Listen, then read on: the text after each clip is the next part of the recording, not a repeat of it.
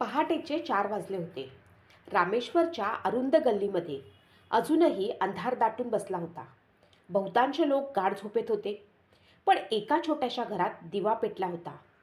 सुमारे 8 ते 10 वर्षांचा एक मुलगा झोपेतून उठला. त्यानं पटकन आंघोळ केली, नमाज अदा केली आणि हातात वर्तमानपत्रांचा गठ्ठा घेत घराबाहेर पडला. समुद्राच्या खाऱ्या वाऱ्यात तो घराघरात वर्तमानपत्र पोचवत होता. हे काम त्याला आवड म्हणून नव्हे, तर घरच्या गरिबीमुळे करावे लागत होते. प्रत्येक वर्तमानपत्र टाकताना त्याच्या मनात एकच स्वप्न होतं: शिकायचं, मोठं व्हायचं आणि आपल्या देशासाठी काहीतरी असं करायचं की संपूर्ण जग भारताकडे अभिमानानं पाहील. त्या मुलाचं नाव होतं औल पकीर जैनुलाब्दीन अब्दुल कलाम. पुढे हाच मुलगा संपूर्ण जगात doctor APJ Abdul Kalam, missile man of India आणि भारताचे 11वे राष्ट्रपती म्हणून ओळखला गेला. 15 ऑक्टोबर 1931 रोजी तामिळनाडूतील रामेश्वर या छोट्याशा बेटावर त्याचा जन्म झाला. त्यांचे वडील जैनुलाब्दीन हे यात्रेकरूंना ने-आण करणाऱ्या होड्या चालवत असत.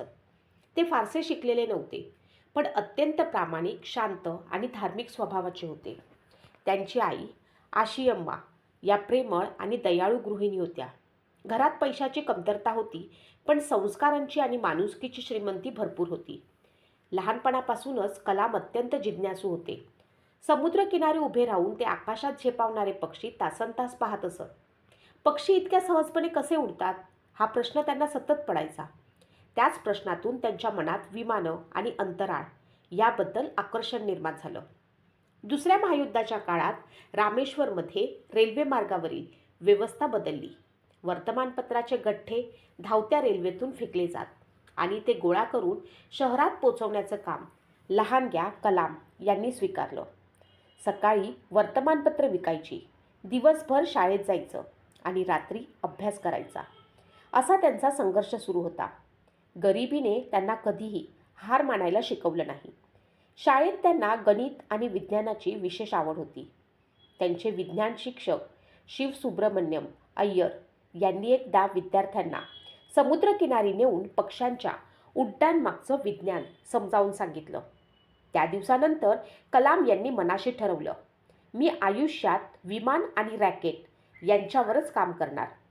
शालेय शिक्षण पूर्ण झाल्यानंतर त्यांनी तिरुचिरापल्ली येथील सेंट जोसेफ कॉलेजमध्ये भौतिकशास्त्राचं शिक्षण घेतलं. मात्र त्यांचं अंतिम ध्येय होतं एरोनॉटिकल इंजिनियर बनणं. त्यामुळे त्यांनी चेन्नईतील मद्रास इन्स्टिट्यूट ऑफ टेक्नॉलॉजीमध्ये प्रवेश घेतला. शिक्षणाची फी भरण्यासाठी घरात पैसे नव्हते. अशावेळी त्यांच्या बहिणी झोहरा यांनी स्वतःचे दागिने गहाण ठेवून भावाचं शिक्षण पूर्ण होईल याची व्यवस्था केली. हा त्याग कलाम आयुष्यभर विसरले नाहीत. MITमध्ये असताना त्यांनी प्रकल्पावरती इतकी मेहनत घेतली की त्यांच्या प्राध्यापकांनी त्यांच्यातील वैज्ञानिक ओळखला. 1958मध्ये त्यांनी संरक्षण संशोधन आणि विकास संस्था म्हणजे DRDO मध्ये वैज्ञानिक म्हणून काम सुरू केलं. पण त्यांचं मन अंतराळ संशोधनात होतं. 1969मध्ये त्यांची बदली इस्रोमध्ये झाली आणि त्यांच्या आयुष्याला नवी दिशा मिळाली. भारत स्वतःचं रॉकेट तयार करून स्वतःचा उपग्रह अंतराळात पाठवण्याचं स्वप्न पाहत होता. संसाधने कमी होती, तंत्रज्ञान मर्यादित होतं, पण भारतीय वैज्ञानिकांचा आत्मविश्वास अमर्याद होता. याच काळात डॉक्टर अब्दुल कलाम यांच्यावरती भारताच्या पहिल्या स्वदेशी उपग्रह प्रक्षेपण रॉकेट 3 च्या प्रकल्प संचालनाची जबाबदारी सोपवण्यात आली. पुढील अनेक वर्ष त्यांनी आणि त्यांच्या सहकाऱ्यांनी दिवस-रात्र अथक परिश्रम घेतले. कारण हे फक्त एक रॉकेट नव्हतं, हा भारताच्या स्वाभिमानाचा प्रश्न होता. आणि अखेर तो ऐतिहासिक दिवस उजाडला, 10 ऑगस्ट 1979. आजचा दिवस भारताच्या अंतराळ इतिहासात सुवर्ण अक्षरांनी लिहिला जाईल, अशी प्रत्येक भारतीयाला आशा होती. अनेक वर्षांच्या अथक परिश्रमानंतर भारताने स्वतःच्या बळावरती तयार केलेले SLV-3 सॅटेलाइट लॉन्च व्हेकल 3 हे रॉकेट आज पहिल्यांदाच अवकाशाकडे झेपावणार होतं. या संपूर्ण मोहिमेचे प्रकल्प संचालक होते डॉक्टर APJ अब्दुल कलाम. पहाटेपासूनच श्रीहरिकोटा प्रक्षेपण केंद्रावरती तणावपूर्ण वातावरण होतं. प्रत्येक संगणक, प्रत्येक नियंत्रण यंत्रणा आणि प्रत्येक वैज्ञानिक सज्ज होता. देशभरातील लाखो लोकांच्या आशा त्या एका रॉकेटवरती खेळल्या होत्या. काउंटडाऊन सुरू झाला. 10, 9, 8, 7, 6, 5, 4, 3, 2, 1 आणि क्षणार्धात प्रचंड गर्जनेसह SLV-3 आकाशाकडे झेपावलं. संपूर्ण नियंत्रण कक्ष टाळ्यांच्या गजरानं दुमदुमून गेला. अनेकांच्या डोळ्यात आनंदाश्रू होते. अनेक वर्षांची मेहनत आता फळाला येणार असे सर्वांना वाटत होते. परंतु काही मिनिटातच परिस्थिती बदलू लागली. रॉकेटचा पहिला टप्पा यशस्वीरित्या पूर्ण झाला. मात्र दुसऱ्या टप्प्यात तांत्रिक बिघाड निर्माण झाला. रॉकेटनं नियोजित मार्ग सोडला. नियंत्रण कक्षातील संगणकावरती इशारे दिसू लागले. वैज्ञानिकांनी परिस्थिती सावरण्याचा आटोकाट प्रयत्न केला. पण काही क्षणातच स्पष्ट झाले की मिशन अपेक्षेप्रमाणे यशस्वी होणार नाही. रोहिणी उपग्रह पृथ्वीच्या कक्षेत पोचू शकला नाही. काही क्षणापूर्वी टाळ्यांनी दुमदुमणारा नियंत्रण कक्ष आता पूर्णपणे शांत झाला होता. प्रत्येकाच्या चेहऱ्यावरती निराशा स्पष्ट दिसत होती. अनेक वर्षांचे कष्ट काही मिनिटात अपयशी ठरले होते. डॉक्टर अब्दुल कलाम काही वेळ निशब्द बसून राहिले. त्यांच्या मनात एकच विचार घोंगावत होता, मी माझ्या देशाला निराश केलं. त्या रात्री त्यांनी जवळजवळ झोप घेतली नाही. दुसऱ्या दिवशी पत्रकार परिषद होती. देशाला उत्तर द्यायचं होतं. त्यांना वाटलं आता सर्व प्रश्न त्यांनाच विचारले जातील आणि या अपयशाची जबाबदारीही त्यांनाच घ्यावी लागेल. दुसऱ्या दिवशी पत्रकार परिषद सुरू झाली. मात्र त्याआधीच इस्रोचे तत्कालीन अध्यक्ष प्रोफेसर सतीश धवन पुढे आले. त्यांनी पत्रकारांसमोर शांतपणे सांगितले, या मोहिमेच्या अपयशाची संपूर्ण जबाबदारी माझी आहे. माझ्या टीमनं अथक परिश्रम घेतले आहेत. आम्ही चुका शोधू, त्यातून शिकू आणि पुन्हा प्रयत्न करू. पुढच्या वेळी भारत नक्की यशस्वी होईल. इतकं बोलून त्यांनी पत्रकारांचे सर्व प्रश्न स्वतः स्वीकारले. त्यांनी डॉक्टर कलाम किंवा इतर कोणत्याही वैज्ञानिकाला माध्यमांसमोर येऊ दिलं नाही. त्या दिवशी डॉक्टर कलाम यांनी नेतृत्वाचा खरा अर्थ प्रत्यक्ष अनुभवला. नेता तो नसतो जो यशाचं श्रेय स्वतः घेतो. नेता तो असतो जो अपयशाची जबाबदारी स्वतः स्वीकारतो आणि आपल्या सहकाऱ्यांचं मनोबल खचू देत नाही. यानंतर संपूर्ण टीम पुन्हा कामाला लागली. अपयशातून प्रत्येक चूक शोधली गेली. रॉकेटच्या प्रत्येक भागाचा बारकाईनं अभ्यास करण्यात आला. दिवस रात्र मेहनत सुरू झाली. कोणालाही दोष देण्यात वेळ घालवला गेला नाही. प्रत्येकानं उपाय शोधण्यावरती लक्ष केंद्रित केलं. संपूर्ण वर्षभर वैज्ञानिकांनी अक्षरशः जीव ओतून काम केलं आणि अखेर पुन्हा एक ऐतिहासिक दिवस उजाडला. 18 जुलै 1980. पुन्हा एकदा श्रीहरिकोटा सज्ज झालं होतं. पुन्हा तीच उलटगणना, पुन्हा तीच धडपड आणि पुन्हा एकदा SLV-3 आकाशाकडे झेपावलं. यावेळी प्रत्येक टप्पा नियोजनाप्रमाणे पूर्ण होत गेला. काही मिनिटांनंतर नियंत्रण कक्षातील संगणकावरती एक संदेश झळकला. रोहिणी उपग्रह यशस्वीरित्या पृथ्वीच्या कक्षेत स्थापित झाला आहे. या क्षणात संपूर्ण नियंत्रण कक्ष आनंदानं दुमदुमून गेला. वैज्ञानिकांनी एकमेकांना मिठ्या मारल्या. अनेकांच्या डोळ्यात आनंदाश्रू होते. भारताने प्रथमच स्वतःच्या रॉकेटद्वारे स्वतःचा उपग्रह यशस्वीरित्या अवकाशात पाठवला होता. हा केवळ वैज्ञानिक विजय नव्हता, हा भारताच्या आत्मविश्वासाचा विजय होता. पत्रकार परिषद पुन्हा आयोजित करण्यात आली.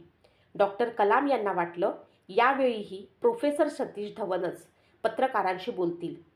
पण सतीश धवन हसले आणि म्हणाले, कलाम, आज पत्रकारांसमोर तुम्ही जा. आजच्या यशाचं संपूर्ण श्रेय तुमचं आणि तुमच्या टीमचं आहे. त्या क्षणी डॉक्टर अब्दुल कलाम यांच्या डोळ्यात कृतज्ञतेचे अश्रू आले. एका वर्षापूर्वी अपयशाची जबाबदारी स्वतः स्वीकारणाऱ्या नेत्यानं आज यशाचं संपूर्ण श्रेय आपल्या सहकार्याला दिलं होतं. हा प्रसंग डॉक्टर कलाम आयुष्यभर विसरले नाहीत. नंतर त्यांनी अनेक व्याख्यानांमध्ये सांगितलं की नेतृत्वाचा सर्वात मोठा धडा मला प्रोफेसर सतीश धवन यांनी शिकवला. याच अनुभवाने त्यांच्या व्यक्तिमत्वाला एक वेगळी दिशा दिली. पुढे हाच वैज्ञानिक भारताला क्षेपणास्त्र तंत्रज्ञानामध्ये आत्मनिर्भर बनवणार होता. SLV-3च्या यशानंतर डॉक्टर अब्दुल कलाम यांच्याकडे संपूर्ण देशानं नव्या आशेनं पाहायला सुरुवात केली. भारत आता केवळ उपग्रह अंतराळात पाठवणारा देश राहिला नव्हता, तर स्वतःचे तंत्रज्ञान विकसित करणाऱ्या मार्गावरती आत्मविश्वासाने पुढे जात होता. या यशामुळे डॉक्टर कलाम यांची ओळख दूरदर्शी वैज्ञानिक म्हणून निर्माण झाली. काही वर्षांनी त्यांना पुन्हा संरक्षण संशोधन आणि विकास संस्था म्हणजे DRDOमध्ये महत्त्वाची जबाबदारी देण्यात आली. भारताने संरक्षण क्षेत्रातही परदेशावरती अवलंबून न राहता स्वतःची क्षेपणास्त्रे विकसित करावी, हा त्यामागचा उद्देश होता. 1983मध्ये भारत सरकारने integrated guided missile development programme सुरू केला आणि त्याची जबाबदारी डॉक्टर अब्दुल कलाम यांच्यावरती सोपवण्यात आली. हा कार्यक्रम भारताच्या संरक्षण इतिहासातील सर्वात महत्त्वाच्या प्रकल्पांपैकी एक ठरला. या कार्यक्रमातून पृथ्वी, अग्नी, आकाश, त्रिशूल आणि नाग ही स्वदेशी क्षेपणास्त्रे विकसित करण्यात आली. प्रत्येक चाचणीपूर्वी असंख्य अडचणी येत होत्या. अनेक वेळा प्रयोग अयशस्वी झाले, तांत्रिक अडथळे आले, परदेशातून तंत्रज्ञान मिळवण्यास नकार देण्यात आला. पण डॉक्टर कलाम यांनी आपल्या टीमला कधीही निराश होऊ दिलं नाही. ते नेहमी म्हणायचे, समस्या तुम्हाला हरवण्यासाठी नसतात, तर तुमच्यातील क्षमता जागवण्यासाठी असतात. त्यांच्या नेतृत्वाखाली भारतानं संरक्षण तंत्रज्ञानात मोठी झेप घेतली. याच कामगिरीमुळे त्यांना मिसाईल मॅन ऑफ इंडिया म्हणून ओळख मिळाली. मात्र एवढं यश मिळूनही त्यांच्या स्वभावात कधीच गर्व आला नाही. ते साधे कपडे घालायचे, साधं जेवण करायचे, प्रत्येक सहकार्याशी अत्यंत नम्रपणे वागायचे. प्रयोगशाळेतील कनिष्ठ कर्मचाऱ्यापासून ते वरिष्ठ वैज्ञानिकापर्यंत प्रत्येकाला ते समान आदर देत. त्यांच्यासाठी पदापेक्षा माणूस मोठा होता. 1992 ते 1999 या काळात त्यांनी भारत सरकारचे संरक्षण मंत्र्यांचे वैज्ञानिक सल्लागार आणि संरक्षण संशोधन विभागाचे सचिव म्हणून काम केले. याच काळात भारताच्या संरक्षण क्षमतेची मोठी वाढ झाली. त्यानंतर 11 मे आणि 13 मे 1998 रोजी राजस्थानमधील पोखरण येथे भारताने यशस्वी अणुचाचण्या केल्या. पोखरण 2 म्हणून ओळखल्या जाणाऱ्या या मोहिमेत डॉक्टर अब्दुल कलाम यांनी महत्त्वाची भूमिका बजावली.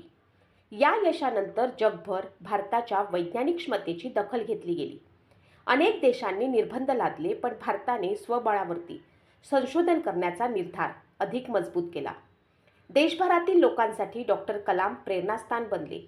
त्यांच्या कार्याची दखल घेत भारत सरकारनं त्यांना 1981मध्ये पद्मभूषण, 1990मध्ये पद्मविभूषण आणि 1997मध्ये देशाचा सर्वोच्च नागरी सन्मान भारतरत्न प्रदान केला. हा सन्मान स्वीकारताना त्यांनी तो स्वतःचा नसून भारतातील प्रत्येक वैज्ञानिक, अभियंता आणि संशोधकाचा असल्याचं नम्रपणे सांगितलं. त्यांना नेहमी वाटायचं की भारत 2020पर्यंत विकसित राष्ट्र व्हायला हवं. त्यांनी इंडिया 2020 हे पुस्तक लिहून देशासाठी एक दूरदर्शी विकास आराखडा मांडला. ते सतत विद्यार्थ्यांशी संवाद साधत असत. त्यांच्या मते देशाचं भविष्य वर्गखोल्यांमध्ये घडतं. ते म्हणायचे, मोठी स्वप्न पाहणाऱ्यांची मोठी स्वप्न पूर्ण होतात. त्यांच्या प्रत्येक भाषणात तरुणांना मेहनत, प्रामाणिकपणा, विज्ञान आणि राष्ट्रप्रेमाचा संदेश असायचा. 2002 साली भारताच्या राष्ट्रपतीपदासाठी त्यांचं नाव पुढे आलं. विविध राजकीय पक्षांच्या पाठिंब्यानं ते भारताचे 11वे राष्ट्रपती म्हणून निवडले गेले. 25 जुलै 2002 रोजी त्यांनी राष्ट्रपतीपदाची शपथ घेतली. राष्ट्रपती भवनात राहूनही ते सामान्य माणसासारखेच जगले. विद्यार्थ्यांना भेटण्यासाठी ते नेहमी उत्सुक असत. म्हणूनच त्यांना जनतेचे राष्ट्रपती अशी ओळख मिळाली. राष्ट्रपती पदाचा कार्यकाळ संपल्यानंतरही त्यांनी निवृत्ती स्वीकारली नाही. ते देशभर फिरून विद्यार्थ्यांना प्रेरणा देत राहिले. स्वप्न ती नसतात जी झोपेत दिसतात, स्वप्न ती असतात जी तुम्हाला झोपू देत नाही. हा त्यांचा विचार आजही लाखो तरुणांना प्रेरणा देतो. 27 जुलै 2015 रोजी ते मेघालयातील IIM शिलाँग येथे विद्यार्थ्यांना राहण्यायोग्य पृथ्वी या विषयावरती व्याख्यान देत होते. व्याख्यान सुरू असताना त्यांना अचानक अस्वस्थ वाटू लागलं आणि काही क्षणातच ते मंचावर कोसळले. त्यांना तातडीने रुग्णालयात नेण्यात आलं. पण डॉक्टरांनी त्यांना मृत घोषित केलं. वयाच्या 83व्या वर्षी भारतानं आपला महान वैज्ञानिक, प्रेरणादायी शिक्षक आणि दूरदर्शी नेता गमावला. त्यांच्या निधनाने संपूर्ण देश शोकसागरात बुडाला. लाखो लोकांनी अश्रुपूर्ण डोळ्यांनी आपल्या लाडक्या राष्ट्रपतींना अखेरचा निरोप दिला. पण डॉक्टर APJ अब्दुल कलाम हे केवळ एक व्यक्तिमत्व नव्हतं, ते एक विचार होते. त्यांनी शिकवले की गरिबी यशाच्या आड येत नाही, अपयश हे शेवट नसतं, प्रामाणिकपणा हीच खरी ताकद असते आणि मोठी स्वप्न पाहणारा माणूसच इतिहास घडवतो. रामेश्वरमच्या गल्लीबोळात वर्तमानपत्रे विकणाऱ्या त्या छोट्याशा मुलानं आपल्या जिद्दीने, मेहनतीने आणि देशभक्तीने भारताच्या इतिहासात अजरामर स्थान मिळवलं. आजही जेव्हा एखादा विद्यार्थी मोठं स्वप्न पाहतो, एखादा वैज्ञानिक नवीन शोध लावण्यासाठी रात्रंदिवस मेहनत करतो किंवा एखादा तरुण अपयशानंतर पुन्हा उभा राहण्याचा निर्धार करतो, तेव्हा प्रत्येकाच्या मनात एकच नाव उमटतं, डॉक्टर APJ अब्दुल कलाम. अब्दुल कलाम यांच्या निधनानंतरही त्यांचे विचार, त्यांची पुस्तके, त्यांची स्वप्ने आजही लाखो तरुणांना प्रेरणा देत आहेत. त्यांनी आयुष्यभर कधीच संपत्ती जमवली नाही. त्यांच्याकडे स्वतःचे मोठे घर नव्हते, आलिशान गाड्यांचा ताफा नव्हता, बँकेत कोट्यावधी रुपये नव्हते. त्यांनी आपलं संपूर्ण आयुष्य देशासाठी, विज्ञानासाठी आणि विद्यार्थ्यांसाठी समर्पित केलं. त्यांच्या निधनानंतर त्यांच्या नावावरती काही पुस्तके, काही कपडे, एक विणा, काही वैयक्तिक वस्तू आणि असंख्य आठवणी एवढीच संपत्ती असल्याचं सांगितलं जातं. पण त्यांनी भारताला दिलेली खरी संपत्ती म्हणजे आत्मविश्वास, स्वदेशी संशोधनाची प्रेरणा आणि मोठी स्वप्न पाहण्याची हिंमत. ते नेहमी म्हणायचे, जर सूर्याप्रमाणे चमकायचं असेल तर आधी सूर्याप्रमाणे जळावं लागतं. त्यांच्या या एका वाक्यात संपूर्ण आयुष्याचं तत्त्वज्ञान दडलेलं आहे. लहानपणी वर्तमानपत्रे विकणाऱ्या मुलाने राष्ट्रपती भवनापर्यंतचा प्रवास एका दिवसात केला नव्हता. त्या प्रवासात असंख्य अपयश, संघर्ष, त्याग, कठोर परिश्रम आणि देशासाठी असलेली निस्सीम निष्ठा होती. 1979मध्ये SLV-3चे अपयश आले नसते तर कदाचित 1980चे ऐतिहासिक यशही मिळाले नसते. म्हणूनच डॉक्टर कलाम अपयशाला कधीही शाप मानत नव्हते, ते त्याला शिकण्याची संधी मानत होते. त्यांनी एकदा सांगितले होते, फेल म्हणजे फर्स्ट अटेम्प्ट इन लर्निंग, म्हणजेच अपयश म्हणजे शिकण्याचा पहिला प्रयत्न. त्यांच्या आयुष्यातील प्रत्येक प्रसंग हा तरुणांसाठी प्रेरणेचा धडा आहे. त्यांनी कधीही धर्म, जात, भाषा किंवा प्रदेश यांचा भेद केला नाही. त्यांच्या दृष्टीने सर्वात मोठी ओळख म्हणजे भारतीय. म्हणूनच देशभरातील प्रत्येक धर्माचा, प्रत्येक समाजाचा, प्रत्येक वयोगटातील माणसाचा त्यांच्यावरती तितकाच प्रेम होतं. राष्ट्रपती असतानाही ते शाळा आणि महाविद्यालयांमध्ये जाऊन विद्यार्थ्यांशी तासनतास संवाद साधत असत. त्यांना वाटायचं की देश बदलायचा असेल तर सर्वप्रथम मुलांच्या मनात मोठी स्वप्न पेरली पाहिजे. त्यांनी हजारो विद्यार्थ्यांना एकच प्रश्न विचारला होता, तुमचं स्वप्न काय? कारण त्यांचा विश्वास होता की ज्या देशातील तरुण मोठी स्वप्न पाहतात तो देश निश्चितच महान बनतो. डॉक्टर कलाम यांनी आपल्याला विज्ञान शिकवलं, पण त्याहून मोठं म्हणजे त्यांनी माणुसकी शिकवली. त्यांनी नेतृत्व शिकवलं, पण त्याहून मोठं म्हणजे जबाबदारी स्वीकारायला शिकवलं. त्यांनी यशाचा मार्ग दाखवला, पण त्याहून मोठं म्हणजे अपयशानंतर पुन्हा उभं राहण्याची हिंमत दिली. आज जर तुमच्या आयुष्यात अडचणी असतील, परिस्थिती कठीण असेल, लोक तुमच्यावरती विश्वास ठेवत नसतील किंवा एखाद्या प्रयत्नात तुम्ही अपयशी ठरलात, तर रामेश्वरच्या त्या छोट्याशा मुलाची आठवण करा, ज्याने गरिबीला हरवले, संघर्षाला सामोरे गेले, अपयशातून शिकले आणि आपल्या कर्तृत्वानं संपूर्ण जगाला भारताची ताकद दाखवून दिली. ही कथा केवळ डॉक्टर APJ अब्दुल कलाम यांची नाही, तर प्रत्येक त्या व्यक्तीची आहे जी परिस्थितीपेक्षा आपल्या स्वप्नांवरती जास्त विश्वास ठेवते. म्हणून लक्षात ठेवा, तुमचा जन्म कोणत्या घरात झाला हे तुमच्या हातात नसतं, पण तुम्ही इतिहासात कोणत्या नावानं ओळखले जाल हे मात्र पूर्णपणे तुमच्या हातात असतं. आणि म्हणूनच आजही जेव्हा भारताच्या महान व्यक्तिमत्वांचा उल्लेख होतो, तेव्हा अत्यंत आदरानं घेतलं जाणारं एक नाव म्हणजे भारतरत्न डॉक्टर APJ अब्दुल कलाम. त्यांचं जीवन आपल्याला एकच संदेश देऊन जातं, मोठी स्वप्न पहा, प्रामाणिकपणे मेहनत करा, अपयशाला घाबरू नका आणि तुमचं ज्ञान नेहमी देशाच्या सेवेसाठी वापरा. कारण माणूस संपतो पण त्याचे विचार कधीच संपत नाहीत. डॉक्टर कलाम आज आपल्यासोबत नाहीत, पण त्यांचे विचार, त्यांची स्वप्न आणि त्यांची प्रेरणा प्रत्येक भारतीयाच्या हृदयात सदैव जिवंत राहतील. मित्रांनो, प्रत्येक पिढीला प्रेरणा देणारी काही मोजकीच व्यक्तिमत्वे जन्माला येतात. डॉक्टर APJ अब्दुल कलाम हे त्यापैकीच एक होते. त्यांनी कधीच स्वतःला महान समजले नाही. ते नेहमी म्हणायचे, मी सर्वप्रथम शिक्षक आहे. राष्ट्रपतीपद संपल्यानंतरही त्यांनी आरामदायी आयुष्य निवडलं नाही. ते देशभर फिरले, हजारो विद्यार्थ्यांना भेटले, लाखो तरुणांशी संवाद साधला आणि प्रत्येकाच्या मनात एक नवा विश्वास जागवला की भारताला विकसित राष्ट्र बनवण्याची ताकद आपल्या तरुणांमध्ये आहे. त्यांना वाटायचं की भारताचे भविष्य कोणत्याही मोठ्या इमारतीत किंवा सरकारी कार्यालयात नाही, तर शाळांच्या वर्गखोल्यांमध्ये घडत आहे. म्हणूनच ते शक्य तितक्या शाळा आणि महाविद्यालयांमध्ये जाऊन विद्यार्थ्यांशी थेट संवाद साधत असत. ते प्रत्येकाला विचारायचे, तुम्ही आयुष्यात काय बनणार आहात? आणि मग त्या स्वप्नांसाठी कठोर परिश्रम करण्याची प्रेरणा द्यायचे. त्यांच्या मते ज्ञान हे फक्त पदवी मिळवण्यासाठी नसतं, तर समाज आणि देश घडवण्यासाठी असतं. त्यांनी विज्ञानाला नेहमी मानवतेशी जोडलं. त्यांना विश्वास होता की विज्ञानाचा उपयोग माणसाचे जीवन अधिक चांगले करण्यासाठी झाला पाहिजे. म्हणूनच त्यांनी संरक्षण क्षेत्रामध्ये काम केलं. पण त्याचबरोबर आरोग्य, शिक्षण आणि ग्रामीण विकासासाठीही अनेक कल्पना मांडल्या. डॉक्टर कलाम यांचं संपूर्ण आयुष्य पाहिलं तर त्यात एक गोष्ट स्पष्ट दिसते. त्यांनी कधीच परिस्थितीला दोष दिला नाही. गरिबी आली, त्यांनी मेहनत केली. अपयश आलं, त्यांनी त्यातून धडा घेतला. यश मिळालं, त्यांनी ते आपल्या सहकाऱ्यांना अर्पण केलं.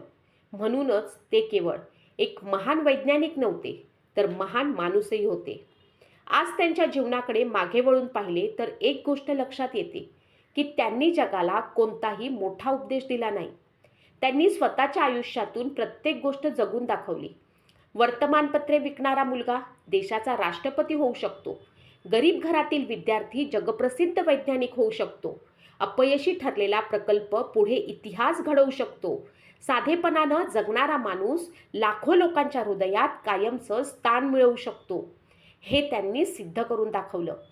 म्हणूनच आजही जेव्हा एखादा विद्यार्थी निराश होतो, एखादा संशोधक प्रयोगात अपयशी ठरतो किंवा एखादा तरुण आपल्या स्वप्नांसाठी संघर्ष करत असतो, तेव्हा डॉक्टर अब्दुल कलाम यांचं आयुष्य त्याला पुन्हा उभं राहण्याची ताकद देते.